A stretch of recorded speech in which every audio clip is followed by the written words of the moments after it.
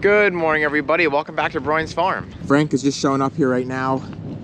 First job I'm gonna have him start on today is weed whacking underneath this new electric fence because we're hoping to get it powered up today, and obviously we can't have any weeds hitting that and disturbing the current going through the wire. While Frank's doing that, Dad wanted me to come down here to the shed and open up the cooler door.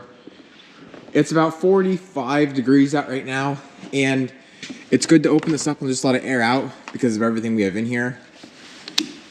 If you've seen my previous videos, you'll know that we have the onions, bags of potatoes, they're dirty, washed potatoes, and then, well, like a bin and now a quarter of cabbage since we've been selling it for a little while now. We have the red and the white. These are just 2 bag and 10-pound bags for my mom for out the market.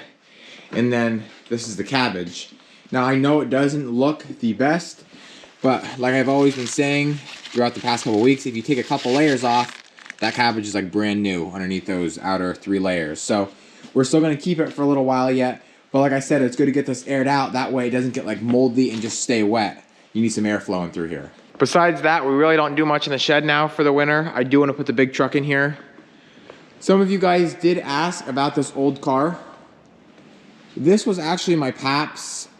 I don't know when he bought it, but I know it did run when he bought it, and I don't know why he parked it in here. I don't know what happened to it. But anyway, it's actually not in the worst shape. You know, it has been kind of garage kept. The only problem is the tires are flat and now it's starting to sink into the dirt, I guess you want to call it. Inside, I'm not going to open the doors because we have stuff sitting around it, but it's, like I said, not too bad besides, you know, some mice and everything that have gotten in it throughout the past 30 years that it's been sitting here. Frank's already got a good start. The biggest part was just right underneath this outside fence. It was kind of touching, and obviously that can't be. The other side's quite a bit worse, but like I said, he's already making really good progress, so it ain't gonna take him too long. My problem is the nut that's supposed to go over top the ground cable is missing, and I really need that. So now I'm trying to find a washer and nut that'll fit. It's supposed to be like, you know, that size there, but just in black, and obviously, like I said, I don't have that. 1/4-inch nut, which is what we have a lot of, will not fit it. So I got the smaller one, we'll see if that fits. But even this looks too small, I think. Oh my goodness. Fits perfectly. Awesome. So now, I'll just throw a washer on there and we'll be good to go. So I thought I fixed the breaker for this corn bin in my last video, but apparently I did not. I mean, I replaced the breaker perfectly. It's just that there's some other problem. And so now we gotta try and figure out what that is. Come here, Dace. Eater. Dad's gonna go up and look in the bin while I turn the breaker on. We are noticing the problem that, well, if I can get it open. When we flip the breaker, like, it's kind of loose in there. You can kind of see it jiggling right now, which shouldn't really happen. So that could be the issue right there. Are you ready? Yep.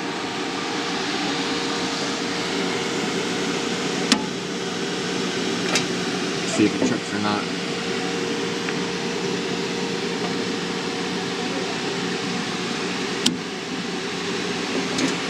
What happened? So now I'm back here at the fencer. A couple of videos ago, I got these ground posts pounded in. They were kind of a pain, but not the worst in the world. And so anyway, I'm gonna get my ground wire, which is right here. I think it's like a 6-gauge wire. It's gonna go from that post to that post and then to the fencer. Then that'll be done. And then I just have to put a T-post in here to sturdy this up because obviously it's very wiggly and I want it to be nice and tight. And then we should be good to go. So I'm back here to the farm. I got my ground wire hooked up to the ground rods, powered up the unit, and everything seems to be working great. It's actually very exciting because, you know, this is my first time, and although everything might not be exactly perfect in the way I thought it was gonna be in the beginning, it turned out to be pretty good. And so Frank got the whole perimeter now weed whacked, so there's nothing to interfere there. At first, I had 2 lines running straight off the fencer, but then I thought that wasn't really necessary because I have to neck it down to 1 down there along our trees, which is the arborvitaes right there. And so I just unhooked my jumper from there to there, and I'm probably gonna end up taking these fiberglass posts and obviously the wire off of here, which is only like 5 pulls. And so I only have one line running from here all the way down to the corner there. But then after that, it takes off into 2 lines and goes around the whole entire field until it comes back to right here. That's where I put this post in, and that's the end of the fence line. The other second row right here ends at this point. Now I could put a T-post in to hold this really tight, and I still might do it because you can see how it's leaning right there right now. I didn't actually get to check the fence because I don't have a fence tester with me. My cousin's actually gonna give me one just to borrow later on today when he gets home. But as far as the fencer goes, I don't know if you can read that. It says green is normal, yellow is marginal, and red check fence. It's staying right in the green, fully charged. We had a lot of sun lately, so it's got a lot of charge there. That's the ground wire, which is a 6-gauge wire going to that ground rod, then goes over to that ground rod. And then obviously this is the hot wire that takes off around the whole thing. It's the next day. I'm just going back out here to the fence again. I got to fix up one wire, and then I got my fence tester. So I don't exactly know what it's supposed to read, but I'm hoping I can get something figured out here so I can just make sure the whole thing is working properly.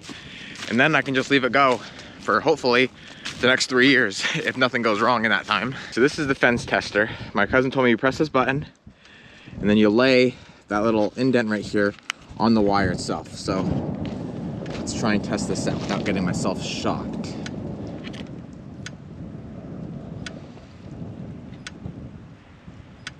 Okay, now let's see if it kind of or somewhat reads the same thing over here.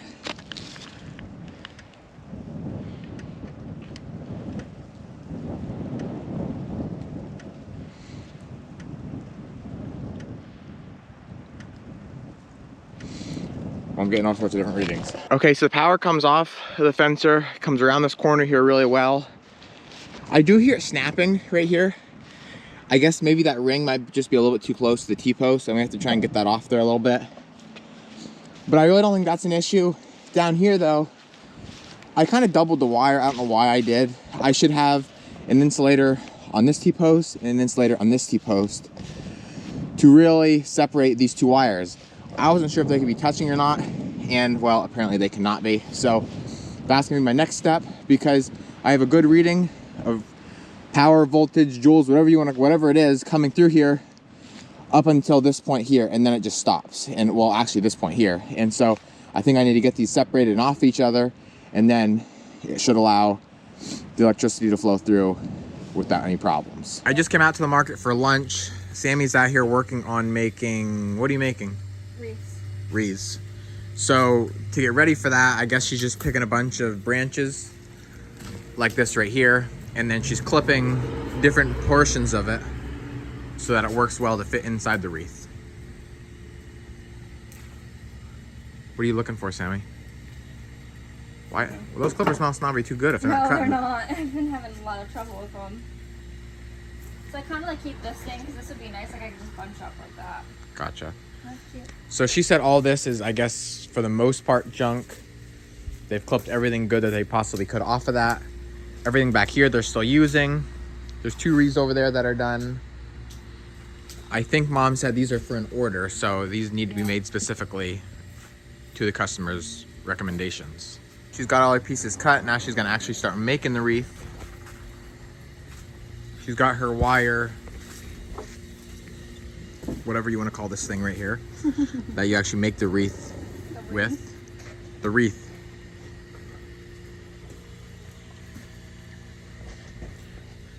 So how many do you tuck in there? I don't really count. It's just as many as make it full and like make it look pretty.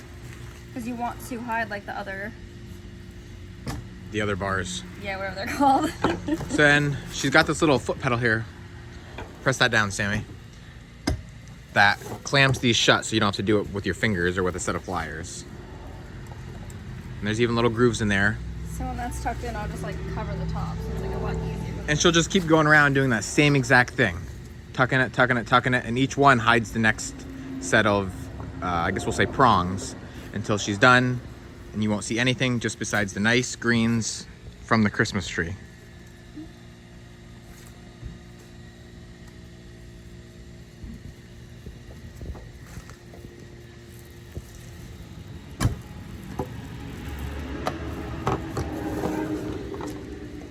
So it's the next day, just got down here to the farm, got the skid loader turned on.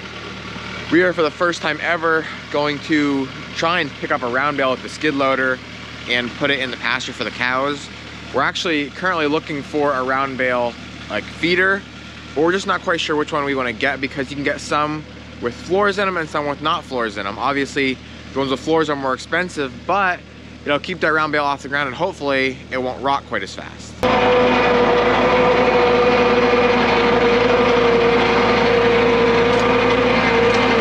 So here's our round bales, beautifully wrapped, solid. And so we're just gonna get this little one for now. We don't even have a bale spear, but we talked to some guys and they said even forks will work. So we're gonna see at least how this little one goes. And if it works easy, well then maybe we will just try and put these big ones on there as well and just, you know, run a strap around them, but who knows? We haven't gotten there yet. Main part is we gotta get this guy in there without breaking or hurting anything, which shouldn't be too much of a problem.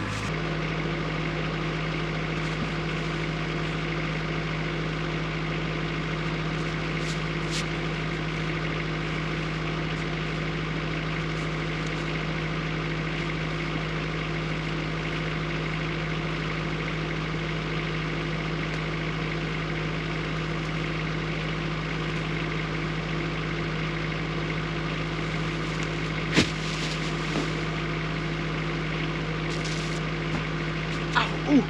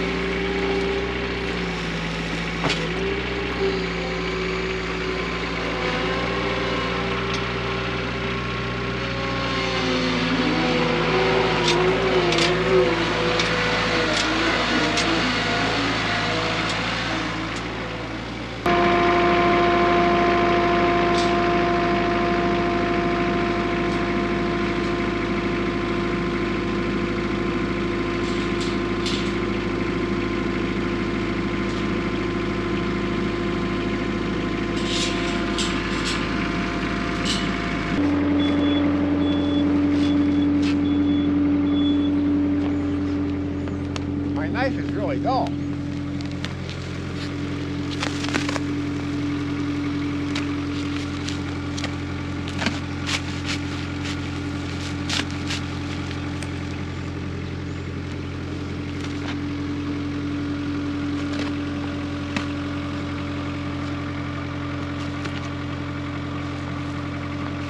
As you take that white wrapping off, then it has this netting. That's how it gets baled first, just to hold it together. And that just keeps the rain and weather off of it. Think I can just cut this? I don't know how many times it goes around. I would cut it, yeah, because you'll be rolling it for a while probably.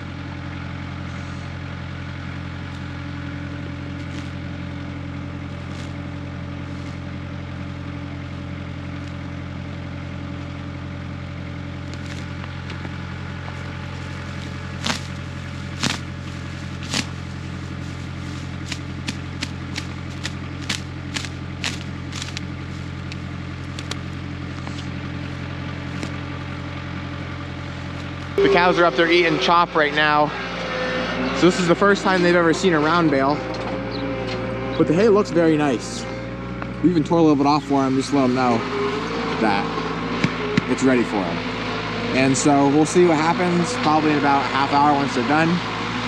But I'm pretty sure they're gonna tear right into it. It's also gonna be really nice because forever we've been doing little square bales and they eat that in a day. And so this should hopefully, well, that's not a big bale. That was just a smaller one, but hopefully a big bale is gonna last them at least a week, maybe even closer to 2, especially since we only have 5 cows in here. But again, only time's gonna tell. So I got these wires separated and then I had to put a jumper wire to then run electricity, obviously, from the top one, which is where the actual power is coming in, down to the bottom one. That way it can run all the way through the field. But now I'm not getting any power just like before anywhere, not in the top one or the bottom one after that jumper wire. So as far as I've watched videos and read, that's what you're supposed to do. That's how a jumper wire is supposed to be run, but it's not working out for me. And so I'm gonna have to do something different.